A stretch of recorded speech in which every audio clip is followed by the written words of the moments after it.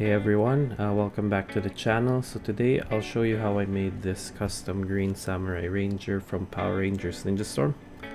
Just to be a bit more consistent with my other rangers, I'll be using this McFarlane Commander steel figure.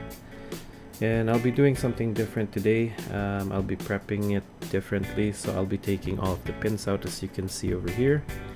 And then I'll trim, Dremel, and sand all the joints.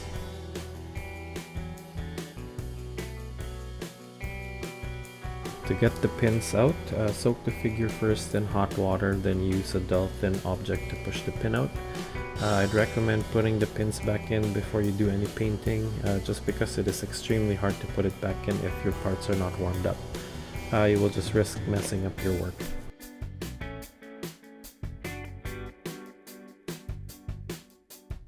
So as you can see, I am trimming the inner plastic parts and the joints. It just helps a lot to do this after letting it sit in hot water for maybe about 3 minutes.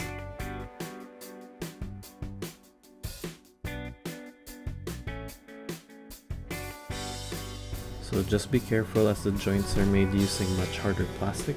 So even if you soak it in hot water, you'd still need to use force. I'd recommend using the Dremel for this one, which I'll be showing later.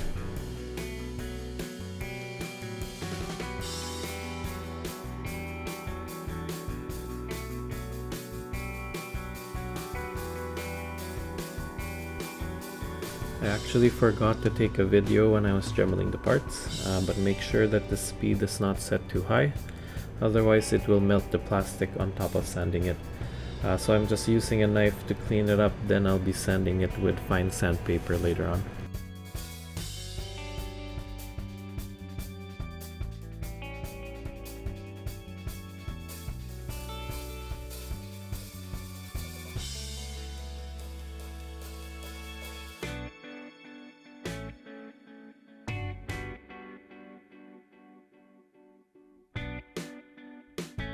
Look for the 3 finest sandpapers in your hardware store and then sand it down till it's smooth enough for you. You can also use the gunpla sandpapers if you want.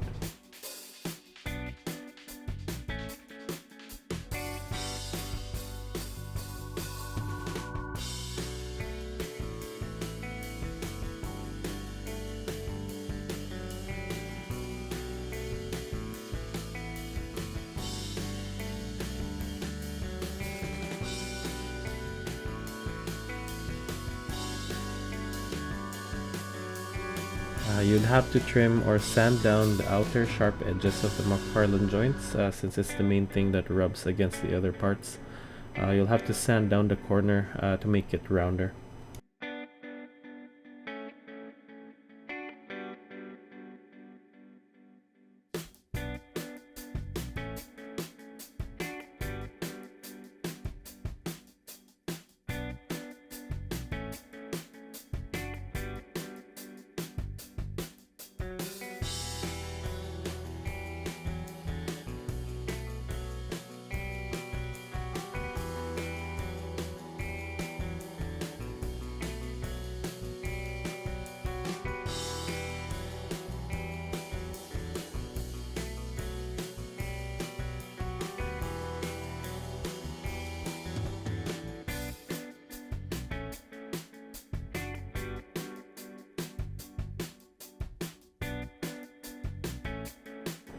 Alright, we're ready to paint. And yeah, I love using this cat scratch pad when I'm painting. What do you guys use?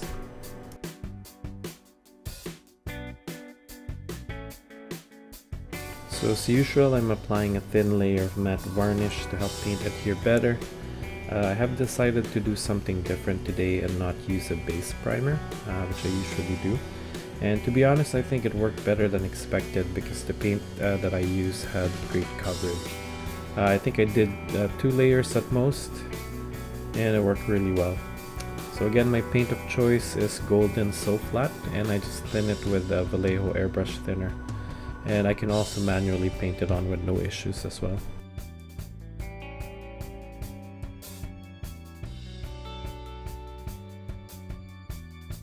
When checking for paint rub, I'd recommend applying a layer of paint to the joint area and then move it back and forth. If you see chipping, then trim a bit more and then do it over and over until you're happy with the results. I'll talk more about it closer to the end of the video.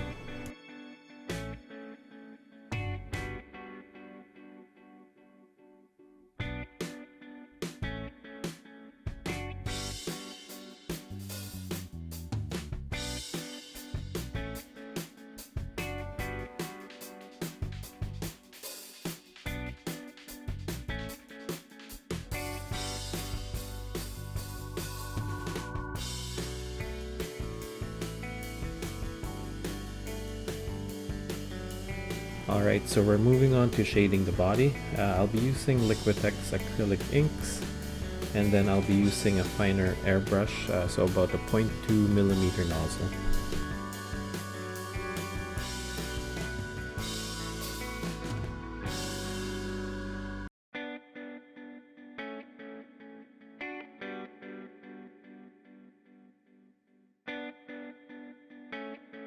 So when I was planning this one, I initially was just going to paint on the gold cuffs to the hands and the boots, but then I decided to just 3D print the cuffs instead.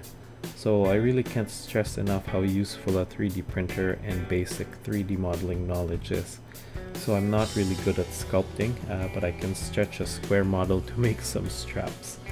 I printed these using Resin flexible resin called the F69 resin.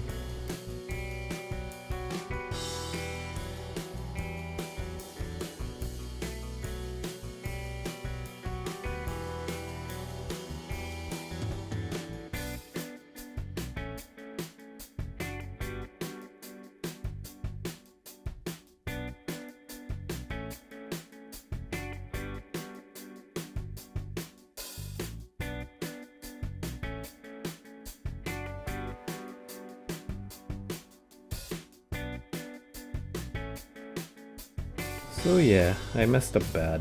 I forgot that the arms were supposed to be white, so now I have to repaint it. And usually painting white is usually pretty annoying, but you can cheat a bit and use light gray instead. Alright, so now we're moving on to the gold pieces. I'm still using the Liquitex acrylic inks, and this one I believe is the iridescent gold.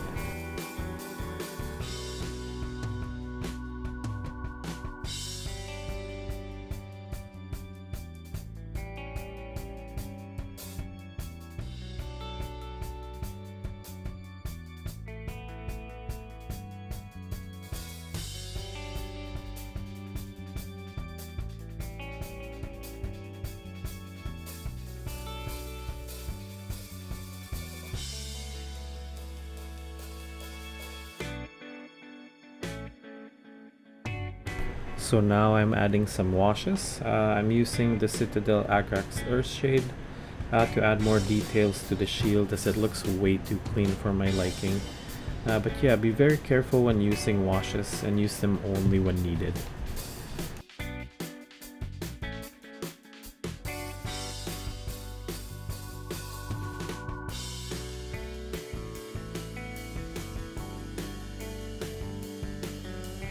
So now I'm just doing the shading for the arms. So I was just using, I believe it's the Liquitex Gray for the shading here.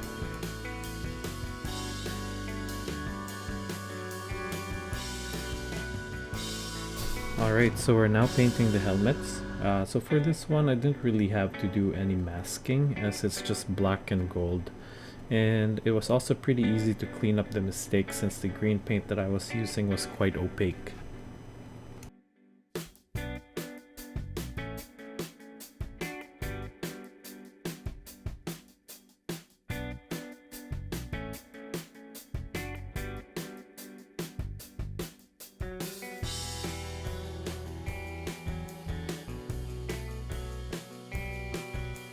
For the gold parts of the mask, I am using the Citadel Retributor Armor Gold. And again, if you are painting any metallics, just make sure to have a black paint underneath, otherwise it would not look so good.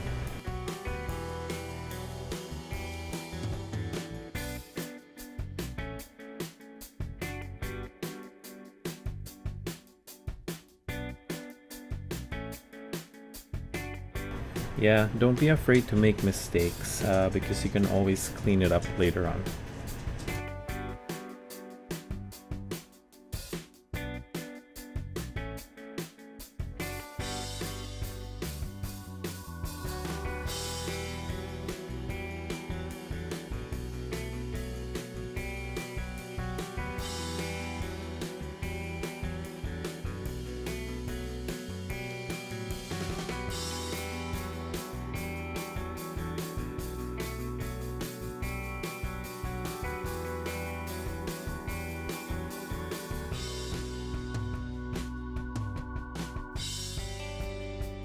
Alrighty, so we're ready to put the figure together. One thing that I opted not to do this time is to take off the shoulder rings. So I just find that it adds unnecessary paint chipping to a part that you really can't do anything about. No matter what sanding and prep work that you do, it will eventually get a paint chip when you move it around. Personally, I think it looks pretty good without it. I think mostly because there's a shield covering it, but we'll see. I'll try and do it to my future customs.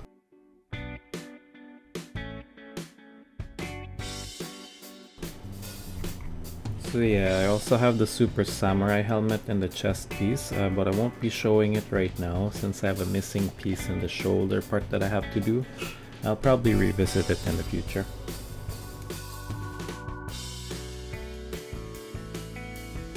So as you can see, there's no paint chipping in the front and I like the arms there.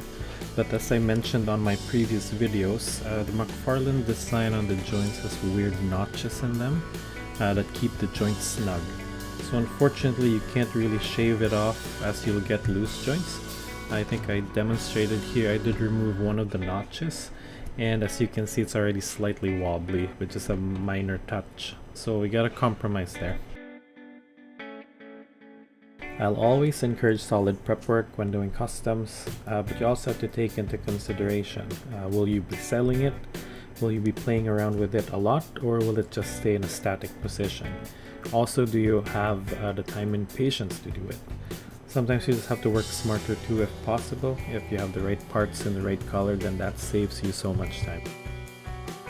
Here's the completed figure. Overall, I enjoyed doing this one. I love the change that I made to it. And also hopefully some of the tips have been helpful to you. If you have any questions at all, then leave a message below. Thanks for watching.